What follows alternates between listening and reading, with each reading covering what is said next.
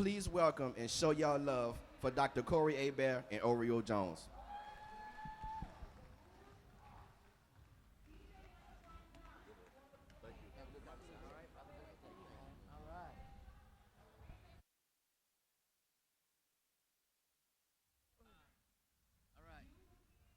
How's everybody doing today? Woo!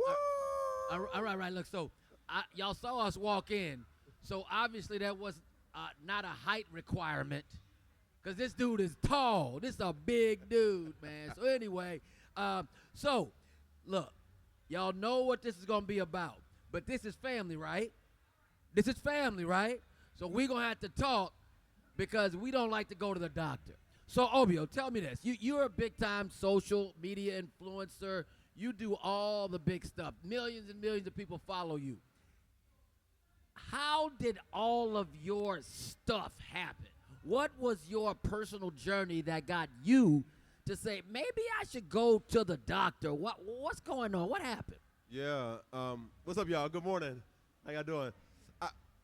I think I had to change my relationship with discomfort. You know what I mean? I feel like I was so uncomfortable being uncomfortable that it was like, why am I uncomfortable? And I did not want to go to the doctor for him to know that I was uncomfortable. I almost felt some shame in being uncomfortable. So I was at Disneyland, which is so random, and I had so much discomfort, and I was telling my friends, like, yo, I feel really uncomfortable in my area downstairs, and it's already private, and so I was like, I have to go to the doctor. I went, and sure enough, after some tests, it came back that I had testicular cancer, and I think hearing the big C word is scary for all of us, right? No one wants to hear it, and then I was 33, I was 32 at the time, and so I'm like, I'm 32, I'm young, I'm turned. There's no way you're giving me the big C. Right. And here we are. Here we are. Now, Yeah. now, just so y'all know, because a lot of people don't know anatomy. Black people generally, black men get prostate cancer a lot, okay? But we're talking about testicular cancer. So it's like the difference between this and this. Y'all see what I'm saying? It's this and this, okay? I want people to understand. Now, hold on. I got to let them know, all right? But this is a disease that most of the time white men get. White men, most of the time, they get it. And so I think it's odd.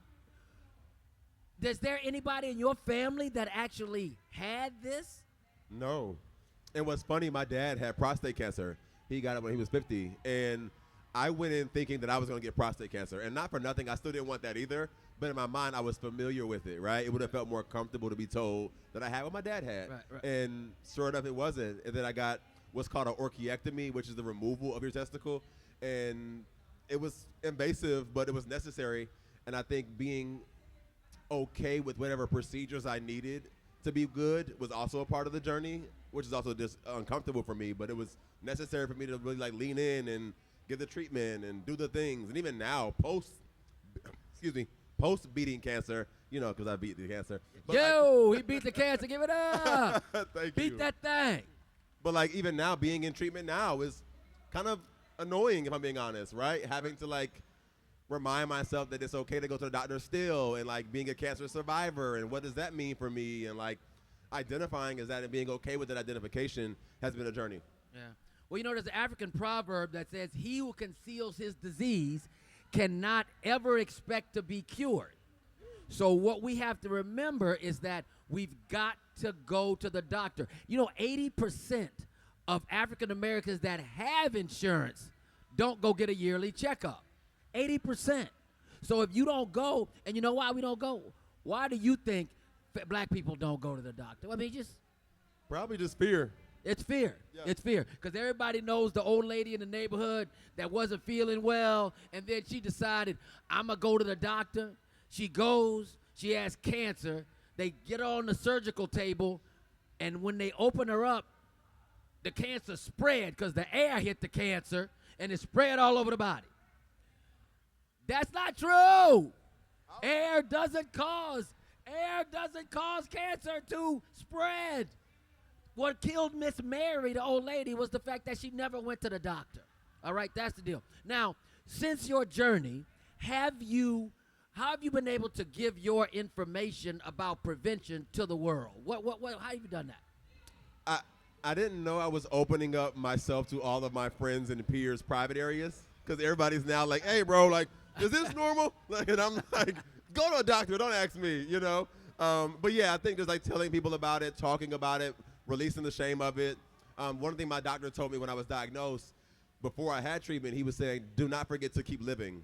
And, like, the best medicine is to continue to live. Don't let it, like, defeat you. Yeah. And I think living is one of the best medicines we can give ourselves, you know? Right. Yeah. Well, you know, we as black people have a lot of stress. And stress is one of the #1 indicators of predisposing someone to cancer. Now, you have to have genetic predisposition. You have to have some stress. You got to have, sometimes you just have nothing and it just pops up on you. Now, if somebody's sitting out there right now and they are feeling that discomfort that you mentioned, what inspirational words would you give them to say, look, man, you got to go handle this? I feel like early detection is key, you know, because even the cancer that I had, like, because I detected it early, 95% survival rate, you know, and so I think, like, early detection, take a friend, like, have somebody you feel comfortable with talking to. I'm married, so that helps. I have a husband, so I was able to talk to him about it, but, like, have somebody you feel comfortable with, you can share your innermost self with, and I think that gives you the courage to talk to strangers, because doctors are professionals, but they're still strangers. Yeah. I don't know this man in front of me. Exactly. and you know the weird part about that, I was talking about one of my patients the other day. Pick a doctor that you like, okay? If you cannot tell your doctor or your nurse practitioner everything, change them. And we don't think, like, if you go to a store and buy a shirt and you don't like it, you take it back because you paid for it. But you're paying a lot more for your health information and also your health promotion, and you feel nervous and scared about saying, doctor, I don't like you. Doctor, I don't like that you don't answer my questions. You've got to answer the question. And if you leave the doctor's office with questions, change your doctor immediately because you didn't feel comfortable enough to ask. So let me ask a question. What male myth or health myth that you think black folks have that you'd like to debunk right now? Uh-oh. Ginger ale is not medicine. Like, it just genuinely is not, guys. A ginger ale is not going to cure everything. Now, well, ginger ale does work a little bit now. No. We're not going to rag on ginger ale too tough, but ginger ale is not the medicine that we think it is. Please. It's right. So how about this? Whoa, here you go. What about tussin? Y'all ever heard of tussin? We put robot? Yeah, we just call it tussin. All right. I think she's done. We put Robitussin on everything. They just call it tussin, right? What else we do? Oh, I know one. If you burn yourself, do not put butter on it. Have you ever heard of that before? Putting butter on a burn? Okay, 92% of black people think you put butter on a burn. Okay? Never do that because, but this is the point, so I'm gonna have to let this ride. Okay, and this is how we kind of get caught up because raw cocoa butter is what you use on the scar of a burn, and that came from Africa. That came from West Africa. Okay, but how does it get translated in the Middle Passage? Now we putting margarine on a burn that we just got. And that's the worst thing. They got people walking around right now with scars all over their body because the worst thing you can do is to put any oil-based substance on a burn because it insulates the burn and makes it worse. So that gives the scar. So whenever you have a burn, you put cold compress on it. Don't put anything else on it because the burn is burning for 72 hours, and that is the scar. So if you keep it cold for 72 hours, you won't even have a scar. Seriously, bro. Seriously. Why did I not know that? See what I'm saying? What? We dying out here because of stuff like that. Where were you when my mama and my granny was asking questions, and they told me to put the cocoa butter on it? Exactly, right? But so you got another one? Ginger ale was one. That's a good one. Yeah, my wife uses ginger ale for everything. See, I use ginger ale and sleep for everything. I'm going to go to bed. You know what I mean? My head hurt bad. Sleep is My knee important. hurt bed. I fall bed. Just go to that bed, you know? That's important because And none of us sleep well. None I of us. kind of feel like my bed has been a little bit of medicinal. Yeah. You know what I mean? I agree. It's the truth. Many ways, in many different ways, I'm sure. And I also feel like on a serious note, though, like having a friend is helpful. Like I think having somebody you feel comfortable with, because it really does take the barrier out of care. Because I think doctors provide care, but so does friendship, so does family. And I think a lot of us are really afraid of being vulnerable, which is I think the fear of the doctors really is at its foundational level. Yeah. We're just afraid of telling a doctor, I feel uncomfortable, afraid of pulling your pants down in front of a doctor, Yeah. afraid of like being examined by a doctor. It's very invasive.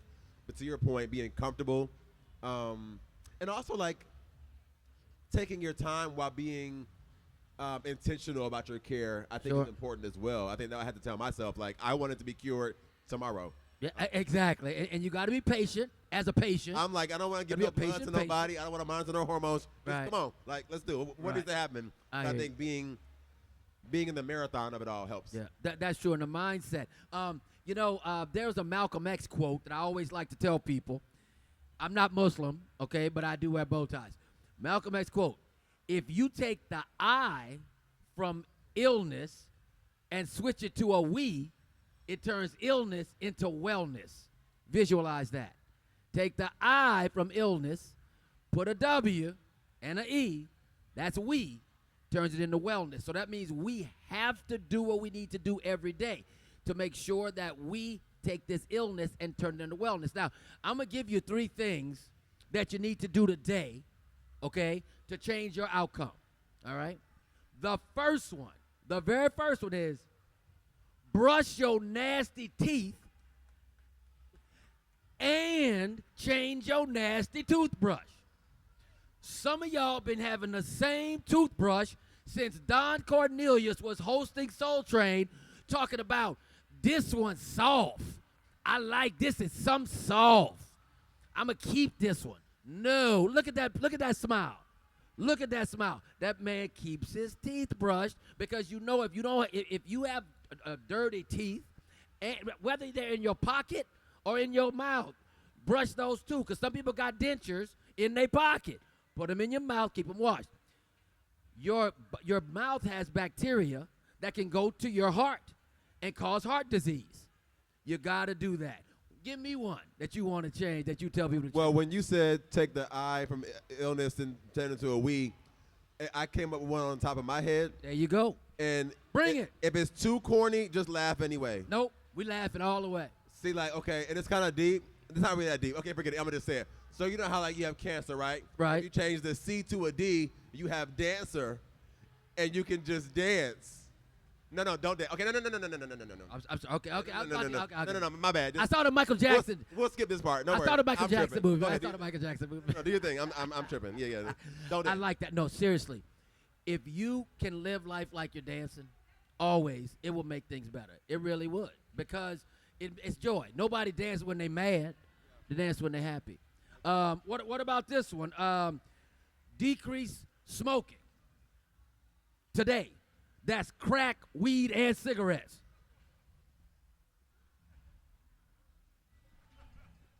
I'm just saying. No, Decrease smoke. I agree. I mean, look, if you're smoking a vape, I guarantee you in 5 years there's going to be a class action suit saying you're going to have cancer from vaping. I'm already doing the clinical trials right now. If you vape, you're going to have cancer in 5 years. You might as well stop. You know what I mean? What advice would you give to someone who is not just afraid of going to the doctor, but maybe can't afford it, maybe is worried about the cost? What would you say? Yeah, we have a very interesting government right now where everything is being taken from you. By the way, if you do not have a job working 80 hours per month, starting in some states right now, but for sure January, your Medicaid will be taken. 80 hours of verifiable income per month, you will not have Medicaid. You can even volunteer, but it's got to be voluntary. You can do volunteer, but it's got to be 80 hours a month. So I just want you to remember, okay? Please make sure that you get some insurance and see your doctor and love the doctor that you're going to, because if you're not going to tell him everything. I think they're trying to wrap us up, but I got to leave you one more thing. Quit drinking. Some of y'all going to do something or somebody tonight that's going to cause you to go to jail or do something else if by drinking too much alcohol. Please, no alcohol. How you want to leave? What you got to say? This is your show. Go to the doctor. Take a friend, phone a family member. Go to the doctor. Make sure you are okay. We need you here. We love you. Thank you very much, guys. my friend. Thank you, Essence. Thanks for everybody coming out. Thank you, Sway.